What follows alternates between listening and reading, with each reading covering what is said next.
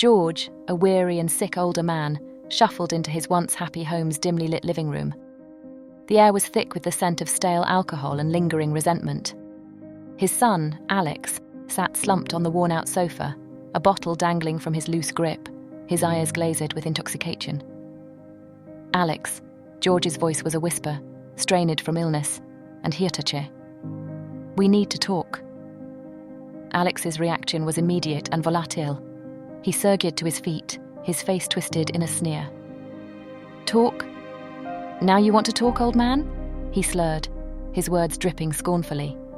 The confrontation escalated quickly. Alex, fueled by alcohol and years of pent-up anger, unleashed a torrent of abuse upon his father. He blamed George for everything, his failures, unfulfilled dreams, and his mother's absence. The words were like daggers, each slicing deeper into George's already burdened heart.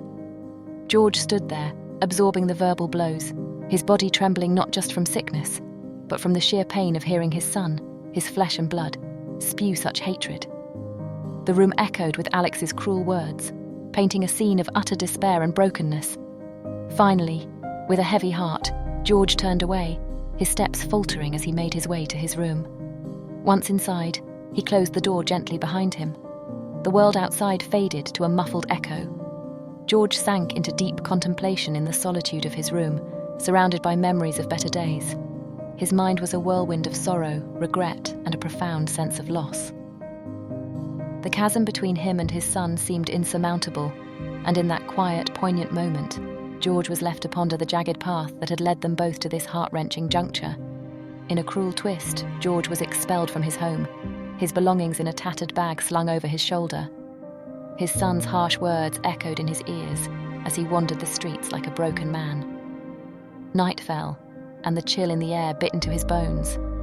Homeless and adrift, George sought refuge under a small bridge, among others who had fallen on hard times.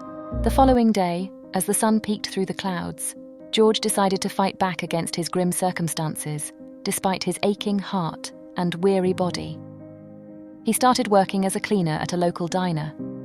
It was humble work, but George tackled it with the same dedication and integrity he had applied to every aspect of his life. Each day, he woke up before dawn, his hands trembling slightly, not just from the early morning chill, but also from the relentless march of time and sickness. He would tidy up the diner, scrubbing floors and wiping tables, lost in the monotony of the task, yet finding a strange solace in the cleanliness and order he brought to his small corner of the world. In the evenings, he would return to his makeshift shelter, his body weary but his spirit gradually knitting itself back together. He had lost his home and the love of his son, but not his dignity or his will to persevere. As he lay in the quiet of the night, staring at the stars peeking through the bridge's silhouette, George held on to a flicker of hope that things would get better one day. George's life had been a relentless struggle since the day he found himself homeless. Each day was a battle, but he faced it with a resilience that belied his years and circumstances. One ordinary afternoon, as he ambled past a small convenience store, his eyes caught a brightly coloured poster advertising the state lottery. The jackpot was massive, a sum that could change lives. On a whim, fueled more by a desire for a brief moment of hope than any real expectation, George bought a ticket using the few coins he had scraped together. Days passed, and George almost forgot about the ticket, lost in the daily grind of survival. But fate, it seemed, had a twist in store for him. Against all odds, George's ticket was the winning one. Overnight, he went from a homeless cleaner to a millionaire. With wisdom and a heart still open to compassion despite his hardships, George invested his winnings wisely, establishing a successful business. Meanwhile, life had taken a harsh turn for his son Alex. He had lost his job and, much like his father, was battling a severe illness. The comforts of his former life quickly slipped away, leaving him in despair. In his time of need, Alex sought help from a local shelter, the very kind of place he never thought he'd be. At this shelter, amidst the hum of people seeking solace and a warm meal, Alex saw a familiar face that stopped him in his tracks. There, distributing food and talking kindly to the residents, was his father George. The shock was immediate and overwhelming. Alex watched as his father, whom he had cast aside, moved with a quiet dignity, his actions speaking of a deep-seated generosity. Feeling a gaze upon him, George turned and locked eyes with his son. The recognition was instant, and the world seemed to pause around them. Alex, overcome with emotion, approached George tentatively. The air was thick with unspoken words and years of separation. "Dad, I can't believe it's you," Alex stammered, his voice a mix of shame and disbelief.